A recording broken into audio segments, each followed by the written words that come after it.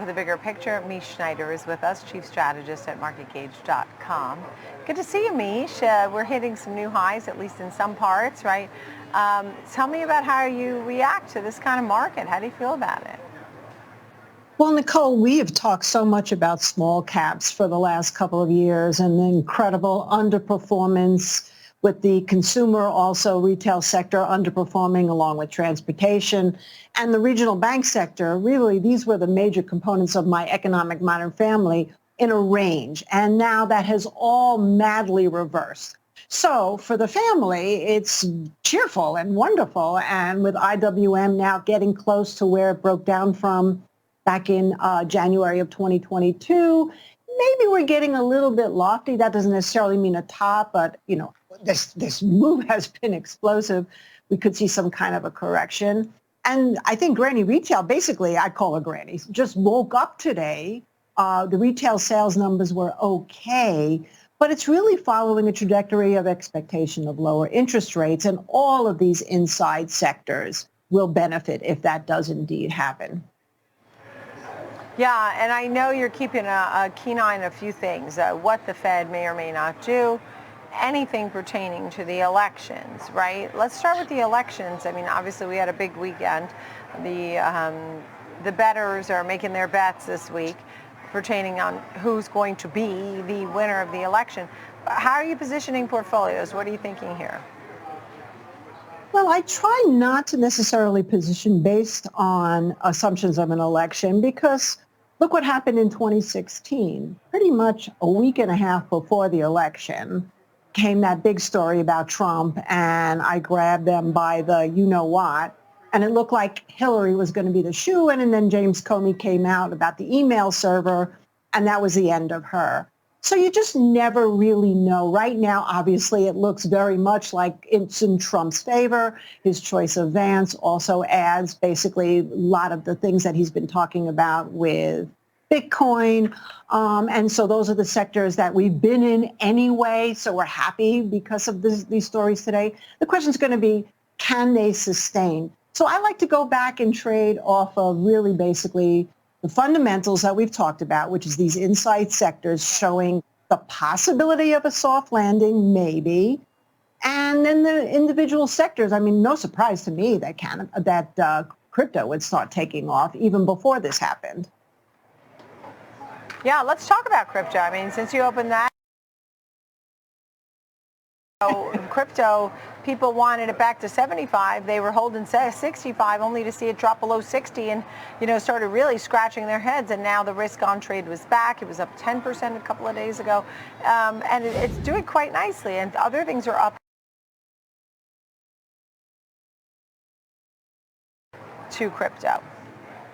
Well, one clue that I had, even with the down move with Bitcoin in particular, before obviously this week has happened, was I was looking at blockchain, BLOK, and that never really sold off with the crypto area. So that told me that from a technological standpoint, that's of course the ledger, that there was still a lot of bullishness in terms of the future of just using alternative currency and cryptocurrency. So I think that was really a big clue that maybe a lot of people overlooked, particularly the bears. But also, I think we need to talk about gold here because gold is making new all-time highs. So with all the roseate picture, one does have to ask why, right? So you would you be a buyer of anything related to Bitcoin? People are also awaiting the Ethereum ETFs and the approval there near term, right, sooner than later. So are you a buyer of something related to Bitcoin? Are you a buyer of something related to gold? Well, gold, we've been in gold for probably 3 years now. We've rode the waves. We've bought on the dips. Silver, of course, for a while was outperforming. And even though it's doing well, gold has kind of taken the front seat right now. And of course, it's a safety play. So yeah, I mean, there's still a lot of worry, and there's always going to be worry, right? The market climbs the wall of worry. But going back to the crypto space, I think, obviously I would have liked to have seen people get in over 60,000. I think your risk would have been a little bit better. Now that we're at 64, 65, there's maybe a little bit more risk. But I think you got to look at some of the other areas. I really am bullish in Chainlink. For example, I would say that's probably my number one pick. We've been accumulating actually something, and this is for me personally, by the way, on the dips. I think that has a real future. So I'd keep my eye on that too. It just crossed 14. If it holds around there, I think it's got lots of upside. So that would be another place to put some money. Yeah, what was that? What was the ticker symbol on that? I'm sorry, I couldn't hear right then. It's chain link. It's something that Chain link. Okay. yeah. You have to have a crypto wallet in order to be able to trade that. Yeah, to get that. Cannabis, solar. You like areas there as well, right? Well, cannabis, interestingly enough, Vance was very pro-cannabis in the past.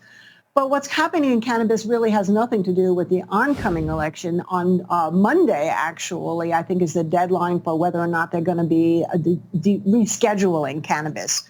And right now, and I think you and I talked about this the last time, Philip Morris has kind of been my barometer, if I had to say, my inside trade look, because I think the big tobacco will be all over it if it does get rescheduled. And Philip Morris has made a nice move up, and now we're seeing MSOS start to move up. I think we're already long at the $8 level. That looks good. Switching over to your question on solar, again, here's these presuppositions, right? Trump becomes president, oil and gas goes crazy, solar goes down even further. But actually the opposite has happened when you would assume that for Biden, where alternative energy would have gone up and oil and gas would have gone down. That hasn't happened. So I think regardless, that's why they have to look at things in their own merit. Right now, solar looks very cheap, and I don't think it's going away. I think it's still pretty much going to be the future, regardless of who the president's going to be. So you've got looking at TAN, for example, the ETF. And it's been basing out around the $40 level. It's not much higher than that. It starts to pick up. That could be another interesting play. Yeah, so you have this solar ETF, TAN. You also have Symbotic in the technology realm, and AI-powered robotic and software platform, and Amgen. Tell us about Symbotic and Amgen. You like those. You would buy those today. Well, yeah, so there are two different areas, right? So let's start with Symbotic. So Symbotic makes automation, basically robots for warehousing. Like, for example, a Walmart is starting to switch to a Symbotic type of formula because it grabs things very quickly. And, of course, since it's using AI, it does things much more intelligently. That stock was floundering, and now I think part of the reshoring trade and the anticipation that we could be manufacturing and doing more in the U.S.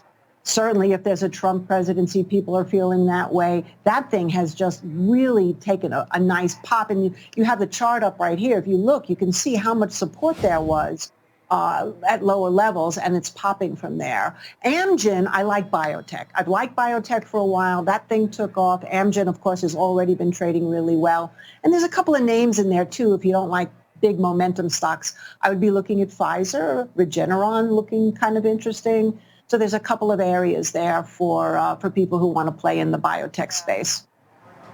Yeah. So are you generally bullish, it sounds like? Is that how you're feeling overall, quickly?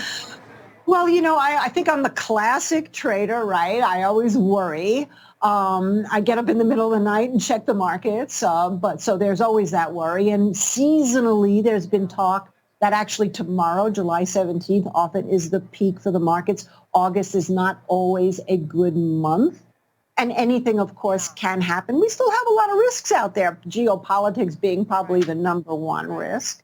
But nonetheless, at this point, unless I see a real reversal from the highs that we had today, particularly in these small caps, like if it breaks down under 217, which would now be the new July 6-month calendar range high, maybe I'll get a little bit more cautious. But for right now, it looks great. Right, and you do like the seasonality, at least for July so far.